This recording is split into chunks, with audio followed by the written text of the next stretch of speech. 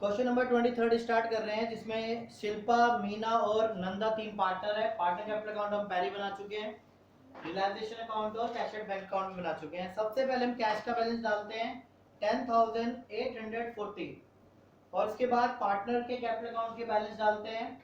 Liability side वाले जो है यहाँ पे क्रेडिट साइड में आते हैं। तो शिल्पा का जो अमाउंट है वो 80,000 है, मीना का जो अमाउंट है वो 40,000 है, नंदा का जो अमाउंट है वो आपका 23,000। To balance BD, okay, by balance BD, to balance BD. Asset side वाला जो है साइड डेबिट साइड में आता है। इसके बाद जो बाकी बैलेंस बचे हुए हैं यहाँ पे असेट्स में ट्रांसफर किए जाएंगे, रियलाइजेशन अकाउंट में डेबिट साइड में, और रियलाइजेशन अकाउंट के क्रेडिट साइड में ट्रांसफर किए जाएंगी सारी लायबिलिटीज जो भी रिमेनिंग है। तो लायबिलिटीज की बात की जाए तो creditor 37,000, provision for doubtful debt 1200 और जनरल रिजर्व भी है। जनरल रिजर्व भी यहाँ पे डिस्ट्रीब्यूट कर देते हैं पार्टनर्स कैपिटल अकाउंट में। ये हमें पहले डिस्ट्रीब्यूट करना चाहिए था। रेशो आपको दी है 3:2:1, तो डिस्ट्रीब्यूट करो 12,000 को 6,000, 4,000 एंड 2,000। ये आपके जनरल रिजर्व डिस्ट्रीब्यूट हो गया। और रियलाइजेशन के एसेट साइड की बात की जाए तो लैंड, स्टॉक, डेटर। तो लैंड कितनी है आपकी 81,000, स्टॉक 56,760, डेटर जो है 18,600। कैश बैलेंस हम पहले ही डाल चुके थे। तो ये सबसे पहला काम होता है असेट्स, लायबिलिटी और बैलेंस को ट्रांसफर करने का। इसके बाद आप एडजस्टमेंट रीड करो। The stock of value 41,660 taken over bye Shilpa for ₹35,000, यानी कि स्टॉक की वैल्यू थी 41,660 और आज taken over bye Shilpa for ₹35,000, यानी जो स्टॉक था उसमें से 41,660 का टेक ओवर कर लिया शिल्पा ने। तो शिल्पा का नाम लिखें, शिल्पा कैपिटल अकाउंट कितना 35,000 में टेक ओवर कर लिया स्टॉक। पूरा स्टॉक नहीं कैलकुलेट किया, यानी पूरा जो स्टॉक है वो टेक ओवर नहीं किया।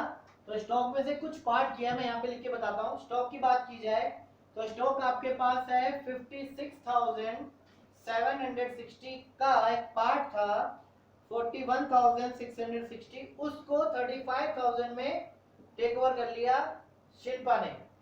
तो यानी कि बचा हुआ रिमेनिंग भी स्टॉक है, इसमें से इसको माइनस करेंगे तो बाकी आपका रिमेनिंग स्टॉक आ जाएगा। तो रिमेनिंग पार्ट में निकालता हूं। रिमेनिंग पार्ट माइनस करोगे तो 1510, 15,100, ठीक है। तो अभी ये भी रिमेनिंग है, ध्यान रखना इस पॉइंट को। आगे, and she agree to discharge bank loan. Bank loan भी है, ये ध्यान नहीं रहा यहाँ पे, पुट करो इसको बाय साइड में, बाय बैंक लोन 20,000। इसने बोला शिल्पा ने कि मैं बैंक लोन भी पे कर दूंगी, तो यहाँ पे आएगा आपका टू शिल्पा 20,000 ब्रैकेट में शो करेंगे बैंक लोन। इसके बाद रिमेनिंग स्टॉक की बात कर रहा है। ये जो रिमेनिंग स्टॉक था इसको 14,000 में सेल कर दिया, ठीक है। जो रिमेनिंग पार्ट था वो कितने में सेल किया 14,000 में। तो आप बाय कैश या बैंक हेडिंग डालें और इसमें इसको आप सेल करें। बाय साइड में आपका क्या है, बाय स्टॉक 14,000। अब सेम यही बात है डेटर के ऊपर भी। जरा डेटर का पॉइंट देखें। डेटर टोटल है 18,600, जिसमें से 10,000 के डेटर कितने में रिलाइज हुए 8,000 में। डेटर थे टोटल 18,600, उसमें से 10,000 वाले डेटर से कितना कलेक्शन आया है 8,000। तो 8,000 हम यहाँ पे लिख देते हैं डेटर। तो रिमेनिंग डेटर कितने हैं 8,000। अभी ये बैलेंस है, ये बैलेंस पार्ट है। इसके बाद कहता है land is sold for ₹1,10,000। Land को बेचा गया 1,10,000 में। रिमेनिंग डेटर, अब बात करते हैं रिमेनिंग डेटर की। रिमेनिंग डेटर से कितना पैसा आया 50%। तो ध्यान से देखिए यहाँ पे डेटर जो बैलेंस है इसका 50% अगर कैलकुलेट करता हूं तो 4300 अमाउंट आता है। तो 4300 आपको फर्दर डेटर्स और यहाँ पे दिखाने होंगे, ये रिमेनिंग डेटर्स है। क्लियर? फिर दोबारा से पॉइंट देखो कि जो आपके डेटर थे 18600, उसमें से 10000 वाले कितने में सेल किए? 8000 में। तो 8000 आपने यहाँ पे शो कर दिया। तो आपको 18 लेस कर 10 माइनस कर दो। तो 10 माइनस करने के बाद स्टूडेंट्स क्या करते हैं, 18600 में से 8000 माइनस करते हैं। नहीं, 10000 वाले से 8000 मिले तो 10000 तो खत्म हो गए ना डेटर। तो बैलेंस कितना है? 8600। उनसे कितना कलेक्शन मिला है? 50%। तो 50% बोले तो 4300। तो 4300 और कलेक्शन आ गया। तो फर्दर आगे चलते हैं। कॉस्ट ऑफ रियलाइजेशन जो है 1200 है। तो यहां से पे करते हैं डेबिट साइड से कैश या बैंक के हेड में। Realisation expense is 1200। There was a typewriter not record in the books of account. एक टाइपराइटर था जो कि बुक्स में नहीं था, उसको 6000 में जो है सेल कर दिया। और किसको? क्रेडिटर को, यानी उसने क्रेडिटर ने टेक ओवर कर लिया। ये भी इंपॉर्टेंट पॉइंट है, ध्यान से देखना। एक टाइपराइटर था बुक्स में जो रिकॉर्ड नहीं था, जिसकी वर्थ थी 6000 और which were taken over by the one creditor, जिसको एक क्रेडिटर ने क्या कर लिया? टेक ओवर कर लिया।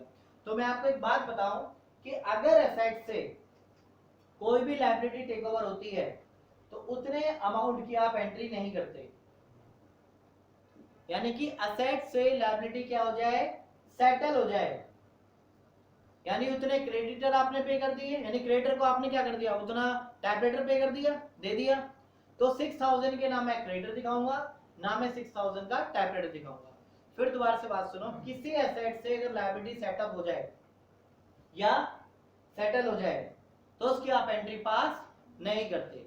फिलहाल अभी क्वेश्चन के अंदर बोला गया है टाइपराइटर था जो कि बुक्स में नहीं था, पढ़ा होगा, बुक्स में तो था नहीं, पर उसको क्या कह रहे? क्रेडिटर ने टेक ओवर कर लिया, क्रेडिटर ने उसको ले लिया। जरा बताओ क्रेडिटर आपके कितने थे? 37000। 6000 के क्रेडिटर, तो क्रेडिटर ने क्या ले लिया? टाइपराइटर। तो यहां से मैं 6000 क्या कर देता हूं? माइनस कर देता हूं, राइट। और बैलेंस कितना बचा? 31000, वो मैं क्रेडिटर को पे कर दूंगा। क्या मैंने यहाँ पे 6000 के क्रेडिटर शो किए? क्या मैंने 6000 का टाइपराइटर शो किया? नहीं। टाइपराइटर से क्रेडिटर क्या हो गए? सेट हो गए। सेटअप हो गया, सेटल हो गया, तो आप उसकी एंट्री को शो नहीं करेंगे। जल एंट्रीज भी आती है अगर इसके रिगार्डिंग में, तो आप वहां पे नो एंट्री वर्ड यूज करेंगे। तो हमने डायरेक्ट 37000 में से 6000 का टाइपराइटर माइनस करके जो रिमेनिंग अमाउंट है वो हमने क्रेडिटर को पे किया है। इसके बाद देखते हैं क्वेश्चन में, prepare the realisation capital account और कैश एंड बैंक अकाउंट आपको बनाना है। और क्वेश्चन के अंदर हम देखेंगे क्या सब चीजें पे हो चुकी है। क्रेडिटर पे हो चुके हैं, डाउटफुल डेट पे नहीं होता, बैंक लोन शिल्पा ने पे कर दिया, लैंड सेल हो चुकी है, स्टॉक भी हो चुका है। और अब एक बात देखें, एक रिमेनिंग स्टॉक था वो किसने लिया था? शिल्पा ने, ये भी हो चुका है। लैंड डेटर ये भी सब फाइनली जो है क्लोज हो चुका है। बस हमें अपने अकाउंट क्लोज करने हैं, तो ये करते हैं, आप फटाफट नोट डाउन करो। 32200 जो आपका कैश बैंक का अमाउंट है, बाय साइड में आएगा by realisation account, liability paid. ये डेबिट साइड वाला जो यहाँ पे था ये हटा रहा हूं मैं, ये वर्किंग नोट का पार्ट था। कैश एंड बैंक का टोटलिंग करते हैं, 14 प्लस 8 प्लस 1,10,000 प्लस 4300 1,36,300। तो ये क्रेडिट से आपका डेबिट में आएगा 1,36,300। किस अकाउंट से आपका है? रियलाइजेशन अकाउंट से। क्या है? Assets sold. ये आपके क्रेडिट से डेबिट में, डेबिट से आपका क्रेडिट में। इसके बाद शिल्पा ने जो टेक ओवर किया था, शिल्पा के अकाउंट में लिखते हैं डेबिट वाला जो 20,000 है क्रेडिट में, और क्रेडिट वाले 35,000 जो है वो डेबिट में। वर्डिंग लिखेंगे realisation account, by realisation account. अब रियलाइजेशन अकाउंट कंप्लीट करते हैं।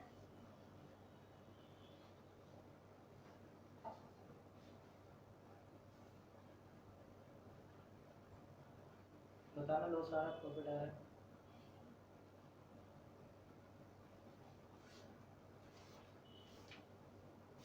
डेबिट साइड का जो टोटल है मैं साइड में लिख लेता हूँ, 2,08,560 है।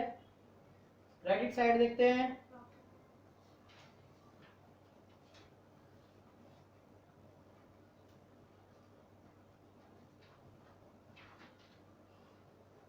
क्रेडिट साइड ग्रेटर है 2,29,500, 2,29,500। तो बैलेंस जो आएगा वो आपका प्रॉफिट आएगा। तो प्रॉफिट कैलकुलेट करते हैं, 2,08,560 माइनस करते हैं, बैलेंस आ रहा है 20,940। जो डिस्ट्रीब्यूट होगा शिल्पा, मीना और नंदा, तो उनको मैं डिस्ट्रीब्यूट कर देता हूं। रेशियो है 3:2:1। 3,490 नंदा का अमाउंट है, 6,980 मीना का अमाउंट, 10,470 शिल्पा का अकाउंट। बाय साइड में आएगा प्रॉफिट, बाय रियलाइजेशन ब्रैकेट में प्रॉफिट शो करें, 10,470, 6,980 एंड 3,490। क्लोजिंग कर देते हैं।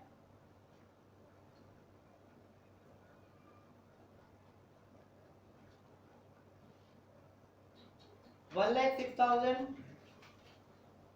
प्लस 10,470, 1,16,470, 1,16,470 माइनस 35,000, तो 81,470 बैलेंस आ रहा है। टू क्या लिखेंगे आप यहाँ पे, कैश या बैंक, बैलेंसिंग फिगर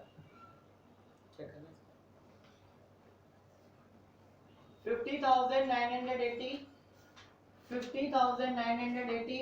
तो मीना का अमाउंट फाइनल आया है 50,980। नंदा का जो है डेबिट साइड बैलेंस ज्यादा है तो क्रेडिट में आएगा, तो क्रेडिट में आप जो शो करेंगे बाय कैश या बैंक, यानी कि जो नंदा है वो अमाउंट लेकर आएगी, यानी बिजनेस में कैश उसको लाना पड़ेगा।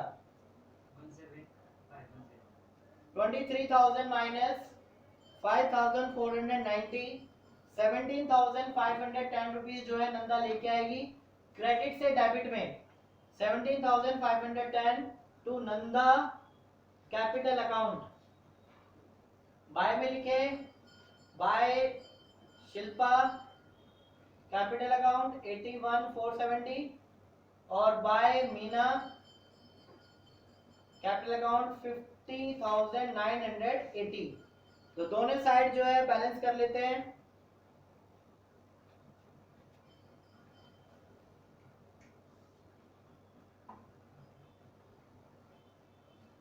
डेबिट साइड का टोटल है 1,64,650,